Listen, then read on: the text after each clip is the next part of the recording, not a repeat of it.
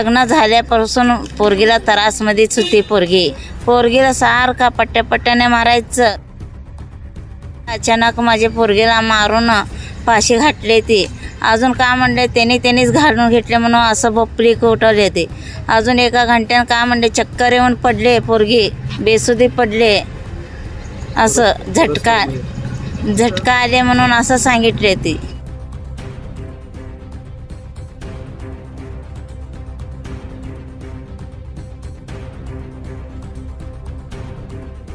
माझा नवरा वारून आता 1.5 महिना झाला. माझ्या लेकीला घात केले ती.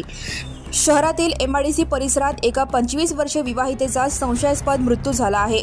गायत्री संतोष विटकर, वय 25, राहणार भाग्यश्री नगर, गवळी वस्ती, MIDC असे मयत विवाहितेचे नाव आहे. मंगळवारी दुपारी ती राहत्या घरी बेशुद्ध अवस्थेत आढळून आली होती. पती संतोष विटकर याने तिला शासकीय रुग्णालयात दाखल केले, मात्र नोंदवळीत गळफासाचा उल्लेख केला नाही. त्यानंतर तिला खासगी रुग्णालयात हलवण्यात आले. कणकी हॉस्पिटल ते मेट्रो हॉस्पिटल असा प्रवास करून रात्री 9 वाजता डॉक्टरांनी घरी घेऊन जाण्याचा सल्ला दिला. बुधवारी सकाळी 11 वाजता गायत्रीच्या आई सत्यमा गोखले यांनी MIDC पोलीस ठाण्यात धाव घेतली. पोलिसांनी तिला पुन्हा शासकीय रुग्णालयात नेले, परंतु डॉक्टरांनी उपचारापूर्वीच ती मयत असल्याचे घोषित केले. MIDC पोलीस अधिक तपास करीत आहेत. याबाबत गायत्रीच्या आईने अधिक माहिती माध्यमांशी बोलताना दिली. माझं नाव सत्यमा कानिकनाथ गोखले. माझ्या पोरगीला दुनियाचा त्रास होतं, नवऱ्याचं, सासूचं, नंदाचं. त्यांच्या घरात लग्न झाल्यापासून पोरगीला त्रासमध्येच होती पोरगी. पण आमच्या घरचे नांदणार पोरगी नांदू दे असंच करतच आलेत. पोरगीला सारखा पट्ट्याने मारायचं. अजून नाही तर संशय घेणार त्याने. काल अचानक माझ्या पोरगीला मारून फाशी घातली ती. अजून का म्हणले त्यांनीच घालून घेतले म्हणून असं भोपळी उठवले ते. अजून एका घंट्यानं का म्हणले चक्कर येऊन पडले, पोरगी बेसुधी पडले. असं झटका आले म्हणून असं सांगितले ती. लग्न कधी झालं होतं? लग्न होऊन 8 वर्ष झालंय. हां, पहिल्याचं मुलगा वारलं, मग दुसरा 4 वर्षाचा आहे, अपंग आहे.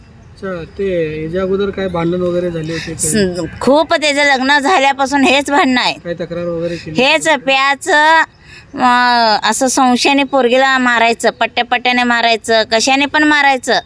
मग असं भांडणामुळं ना तिचे आईवडील काय केले, ह्याने काम करत नाही, ह्याला घेऊन काय करावं म्हणून माझ्या लेकीला वेगळं ठेवले ते 6 महिने. असं का संशय का वाटतं की त्यांनी ते मारलेले आहेत तुम्हाला? असं का वाटतं? त्याचं लेख खूप आम्ही हिच्या की अगोदर पण मी MIDC चौकीला पण कंप्लेंट दिले. ते पहिल्याचं लेकरू हे झाल्यावर वारल्यावर. अजून नंतर ना इथं गुरुनानक चौकात गेले, मला तिथं कंप्लेंट द्यायचं कळलं नाही. कुठं देतात काय की मला माहीत झालं नाही. हे 8-9 महिन्याची अगोदर तेव्हा ना त्यांची जाऊ दीर सर्वजण भांडणं करून पोरगीला हाकलून दिलेत. मी पण विचारायला गेले तर मला पण मारायला अंगावर आलेत त्याने. तुमची आता मागणी काय आहे? मागणी म्हणलं तर माझ्या लेकीला निर्णय काय पाहिजे, न्याय पाहिजे मला. त्यांनी मारले तसं तुम्हाला? हां, शिक्षा व्हायला पाहिजे. त्याशिवाय काहीच नाही. माझ्या लेकीला न्याय पाहिजे, शिक्षा व्हायला पाहिजे. त्यांनी का म्हणत होतं तुझ्या लेकीला मी मारून टाकणार, तू काय करणार आहे? कोच्या चौकीला जाते जा, पण मी मारून टाकणार. माझा नवरा वारून आता 1.5 महिना झाला. माझ्या लेकीला घात केले ती. नुसतं आता काय म्हणले चक्कर येऊन पडले, पेपरी आले, झटका आले, तुझी लेक मेले म्हणून असा भूमका उठून काल त्यांच्या घरात मडे ठेवले ते. मी तर नव्हते, पुण्याला गेलती. आज सकाळी आले तर घर मालकीने सांगितले तुझी लेकीला असं फाशी झालेलं आहे म्हणून. काय तुमचं नाव वगैरे मारलेलं? संतोष शिवाजी इटकर. मग सासूचं नाव